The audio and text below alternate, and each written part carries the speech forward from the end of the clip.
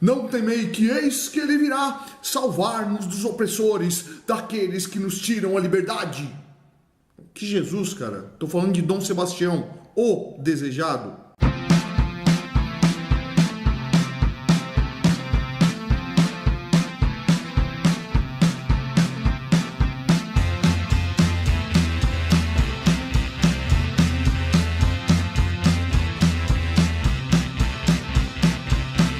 E na videoaula de hoje vamos falar sobre um personagem bastante interessante da história de Portugal, que não envolve apenas a história de Portugal. Acaba envolvendo a história de Portugal, a história da Espanha e de todo o Império Português, incluindo, óbvio, o Brasil. Quem era esse cara? Esse cara era Dom Sebastião o Desejado. Um nome, o Desejado, veio aí já do nascimento desse sujeito. Porque acontece o quê? Na segunda metade do século XVI, Portugal estava sendo reinado por Dom João III. Acontece que Dom João III já estava bem velhinho, né? E ele teve durante sua vida 9 filhos homens. Todos esses filhos homens morreram, exceto um, Dom João Manuel. Dom João Manuel seria, obviamente, o herdeiro do trono. No entanto, Dom João Manuel morreu antes do pai, Dom João III, o que gerou um rebuliço dentro de Portugal. Porque acontece o quê? Quando Dom João Manuel morreu, a esposa dele estava grávida, né? Seria o futuro herdeiro, o Dom Sebastião. Só que, bom, aí que tá, né? Não se sabia se a criança ia sobreviver à torre da gestação, não sabia se seria um menino, o que seria um belo de um problema se fosse uma menina. Por quê? Uma irmã de Dom João Manuel, Dona Maria Manuela, né, casou-se com Filipe II da Espanha. E acontece o quê? No contrato de casamento entre Dona Maria Manuela e Filipe II de Espanha, né, existia um acordo, que era o quê? Se Dom João III não deixasse herdeiros masculinos, quem herdaria o trono seria o filho do casamento de Maria Manuela e Felipe de Espanha, Carlos. Bom, se Carlos acabasse herdando o trono, o que aconteceria nessa aí? Carlos seria rei de Espanha e de Portugal ao mesmo tempo, unindo as coroas, formando novamente um único reino. E cara, ninguém em Portugal estava muito afim disso aí, né? Desde Afonso Henriques lá, que proclamou a independência, né, formou Portugal, né, foi o grande formador desse país, né, completamente separado de Castela, né. Os portugueses não estavam muito afoitos em unir essas coroas, né, e a união dessas coroas já era algo cogitado já desde Isabel e Castela, né, de Isabel de Castela e Fernando de Aragão, né, os reis católicos que unificam todos os reinos espanhóis lá. E isso aí já no final do século XV, né? Portugal era só mais um território que poderia ser anexado e as coroas portuguesa e espanhola estavam muito próximos. Cara, Portugal começou a entrar em desespero nesse momento, porque vai que nascia uma menina, né? E aí Dom João III, que já estava velho, não iria ter outros filhos, né? O único herdeiro masculino, Dom João Manuel, havia morrido, então a população entrou em desespero, o que vai trazer ali um clamor religioso gigantesco, né? Inclusive um irmão de Dom João III, né, que era cardeal, né, vai pedir nesse momento aí que quando a viúva de Dom João Manuel começasse a sentir as primeiras dores do parto, que ele fosse avisado, porque ele iria organizar procissões e orações e vamos tentar interceder com Deus para que essa criança nasça bem, com saúde e de preferência um menino.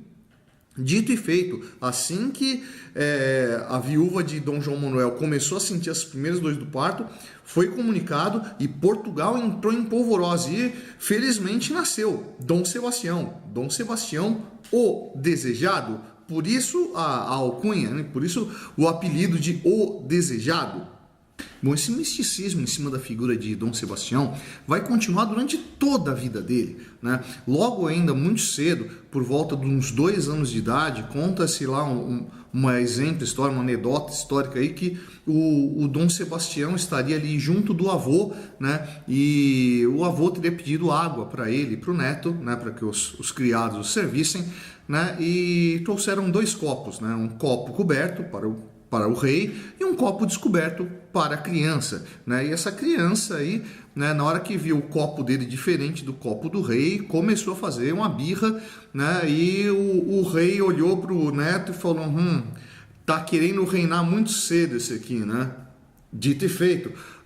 No ano seguinte, o Dom João III morreu e o Dom Sebastião foi proclamado herdeiro do trono português com apenas 3 anos de idade. Obviamente que Dom Sebastião não vai começar a reinar justamente nesse momento, né? Quem é que vai reinar no lugar dele? Num primeiro momento, quem vai reinar era a avó, Dona Catarina, uma nobre de origem austríaca, esposa de Dom João III, né, que vai governar por um curto espaço de tempo, morre também, e quem assume essa regência no meio do caminho aí, até que Dom Sebastião tivesse idade suficiente para poder governar, foi o tio-avô, né, aquele que pediu para que fosse avisado no primeiro momento das dores do parto, né, Dom Henrique, né, que era arcebispo de Évora, e ele assumiu então como regente, enquanto Dom Sebastião não tinha idade suficiente ainda para governar, sendo que Dom Sebastião foi proclamado maior de idade ainda bastante cedo, ainda com 14 anos de idade, né, ele foi aceito a sua maioridade e ele acabou se tornando rei. Bom, nesse meio do caminho da regência, percebe que vai ter uma participação muito forte da igreja, né? Principalmente por causa da presença de Dom Henrique, né? O tio-avô de Dom Sebastião, né? E Dom Sebastião, né? Essa criança nesse momento aí, vai ter uma formação muito próxima da ordem dos jesuítas, né? A qual inclusive pertencia Dom Henrique. Bom, vamos lembrando aí que a ordem dos jesuítas ela foi formada nesse ambiente da Reconquista, com esse espírito cruzadista ainda, né? É bem o momento das reformas protestantes.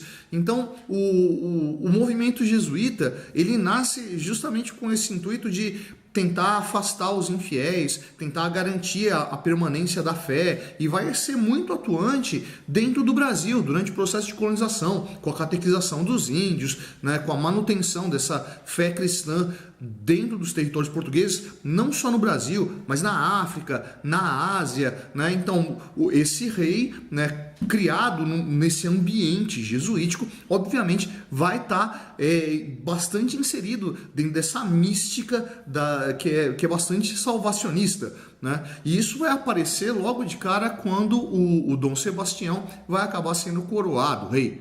Por quê? Quando ele se torna rei, e o reinado dele não vai durar muito, né, ele vai ter uma grande preocupação com a relação de Portugal com os territórios ao sul, né?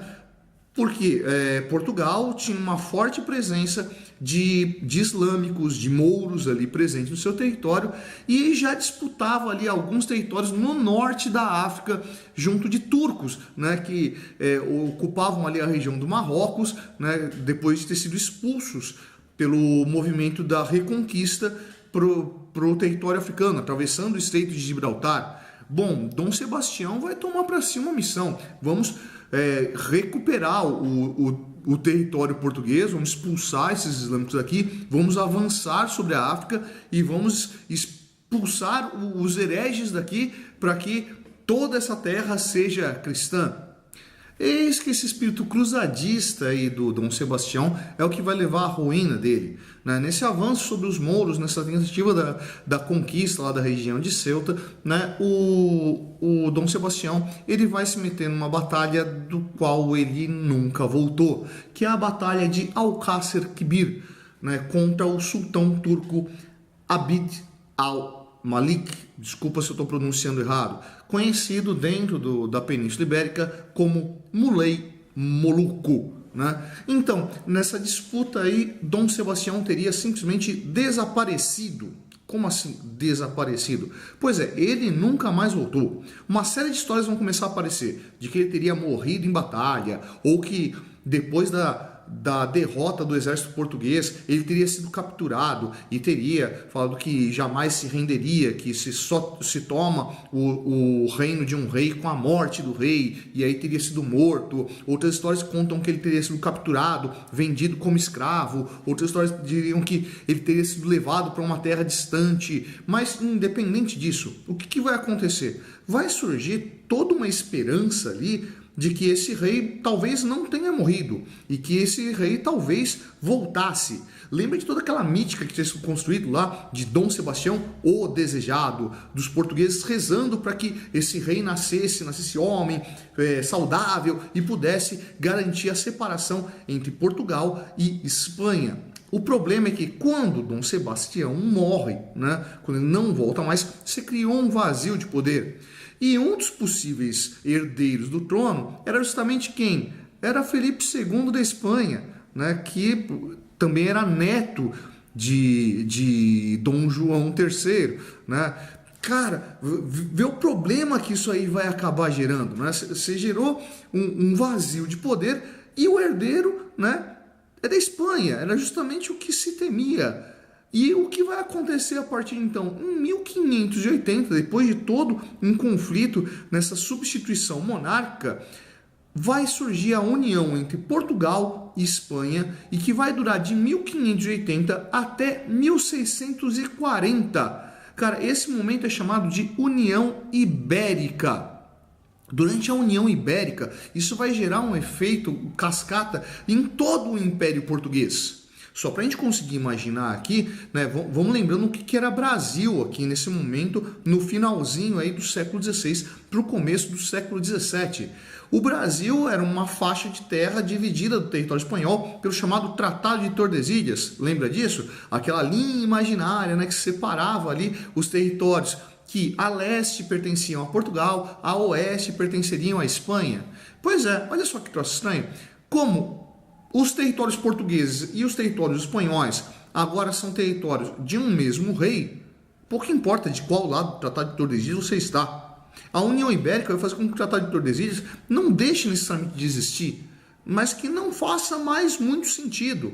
O que vai garantir aqui no Brasil, por exemplo, um avanço do movimento bandeirante. Afinal de contas, a exploração do açúcar já tinha entrado em decadência, né, e estava se procurando jazidas de ouro, de diamante e de prata para o interior. Afinal de contas, isso já tinha sido encontrado na América Espanhola. Então vai começar a se atravessar esse Tratado de Tordesilhas. Afinal de contas, era tudo reino do mesmo rei. E vamos procurar essas coisas aí num território que é do mesmo governante, né? Acabou a diferença Portugal e Espanha. Bom, mas esse aqui é o efeito aqui no Brasil.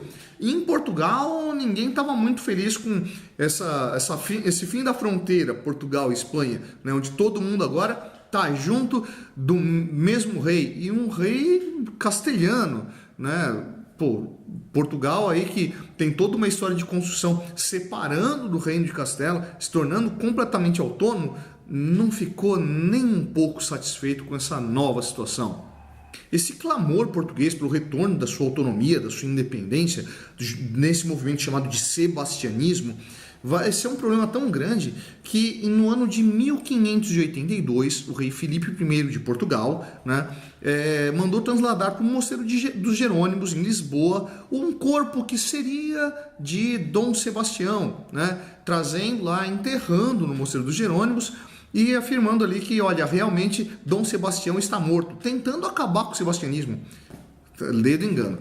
Continuou tendo esse movimento sebastianista, as pessoas continuaram na esperança de que o rei voltasse em algum momento e, obviamente, vendo o rei de origem espanhola como um usurpador, né? Cara, isso foi tão marcante que durante a União Ibérica apareceram 4 pessoas dizendo ser Dom Sebastião, né? E algumas delas muito parecidas e que acabaram sendo reconhecidas e que viraram bandeira, né? Do tipo, olha, estamos com Dom Sebastião, o rei voltou, sai daqui, espanhol, Portugal agora é autônomo de novo, né? Um dos mais reconhecidos desse caso dos Dom Sebastiões que apareceram por aí, Sebastiãos, não sei qual é o plural de Sebastião, né? Seria um italiano, né, de origem da Calábria, chamado Marco Túlio Calizone, né? Marco Túlio Calizone, que depois de reconhecido que era uma fraude, foi enforcado no ano de 1603. Vê, todo esse movimento que vai envolver um espírito nacionalista, um espírito cruzadista, um misticismo gigantesco em torno de um Messias, vai permanecer dentro da cultura portuguesa e de todo o Império Português. Cara, isso vai ser tão marcante que no Brasil, no século XIX, né, quando surgem no Brasil os movimentos messiânicos de Canudos na Bahia, do Contestado em Santa Catarina, Paraná, né, esses grupos aí esperavam que podia ser que o Dom Sebastião voltasse e aparecesse no Brasil para combater a República Ateia, né? A presença desse misticismo religioso vai ter uma duração gigantesca. Olha só como o imaginário que se constrói em volta dessa figura não é simplesmente algo mágico, algo supersticioso, mas que vai envolver o quê? Uma questão de identidade nacional, uma questão política que vai levar a população a criar um ícone, né? O ícone de Dom Sebastião como o Salvador, reforçando a sua imagem de o desejado. E aí, aprendeu mais essa? Curtiu a aula de hoje? Se curtiu, vai lá embaixo e dá um curtir. Não curtiu, vai lá embaixo e dá um descurtir. Deixe sua dúvida, deixe sua opinião. Essa foi a Projeto Suetônio. Eu sou o professor Fábio e você, meu amigo, você deveria estar estudando.